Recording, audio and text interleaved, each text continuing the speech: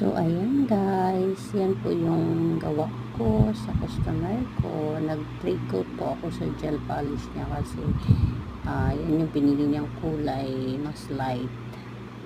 Yan, nilagyan ko siya ng ombre dyan, pero parang feel ko hindi na sasali sa video.